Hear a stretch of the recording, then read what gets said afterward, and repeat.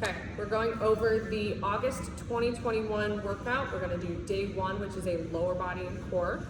The first exercise is actually going to be a swing. So for at home, you can either use a dumbbell or a kettlebell. I'll show you with both. But if you are using a dumbbell, you want to wrap your palms around the end of the dumbbell, and then fingers are underneath right next to the handle, okay? Feet are going to be about shoulder width apart with your toes facing forward. Drive that weight back between the knees, keeping your back nice and flat, hinging mostly at the hips with a light bend in the knees. Swing forward and squeeze your butt at the top, okay?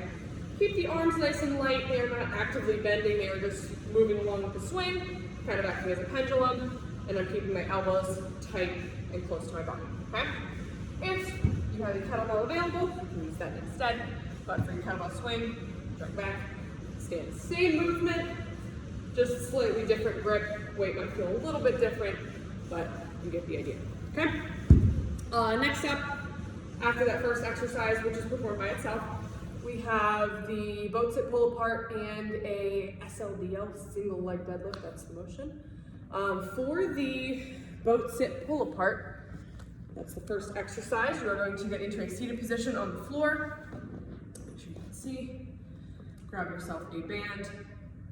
Keep tension on your band the entire time with heels lightly touching the floor, knees bent, and then you are actually going to lean back to a 45-degree angle to engage your core, okay?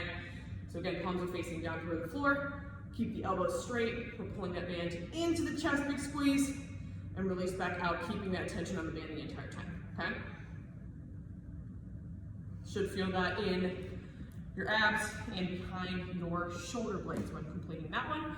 If you want to make it more challenging, you can always lift your heels up and just balance on your butt. Do the pull apart from there instead, okay?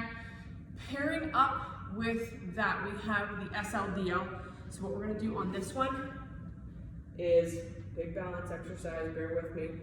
You are going to pick one foot up off of the floor. Hands start right in front of your hips with the palms together.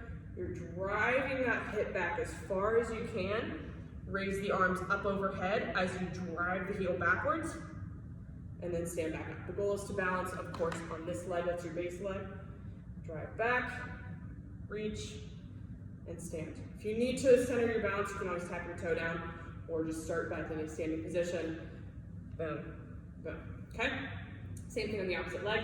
If you feel like you need a little bit more assistance with your balance, you can use a wall, box, something that you have near you, and place your hand down onto it. In this case, I'm going to use a foam roller, but you would go 1 foot up, of course 1 foot as your base, keep that elbow tight, close to the body, reach out and away, and pull back in, okay?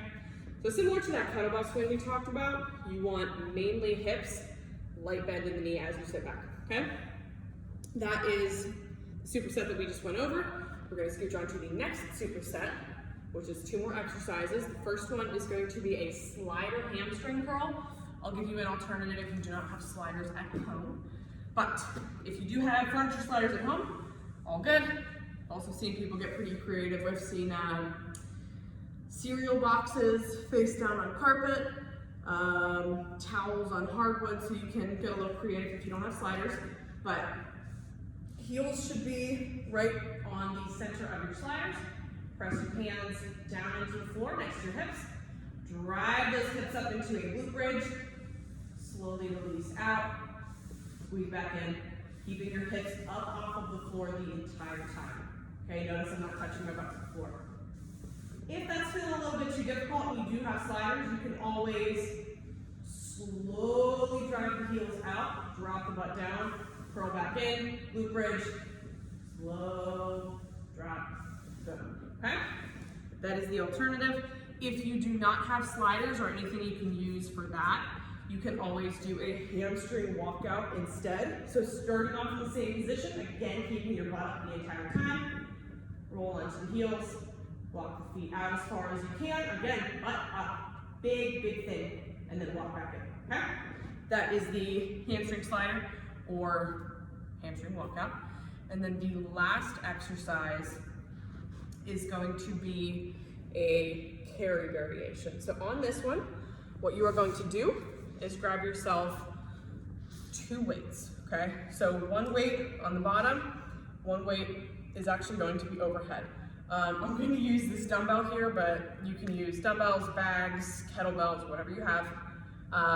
Again, 1 heavy, 1 light. So the heavy dumbbell or kettlebell or weight is going to be on your side.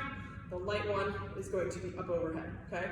The goal on this one, I'll see a lot of times with elbows bending, the goal on this one is to keep your elbow fully straight and extended, rolling the hand forward, and then keep that core tight by driving your belly button to your spine. And then you want to walk around, about 30 seconds. You are going to switch, press the opposite up overhead, and walk. If that's feeling a little bit uncomfortable on the elbow, on the shoulder, anything like that, you can take your lighter weight into a rack position with the elbow pointed forward and walk from there instead, okay? A little bit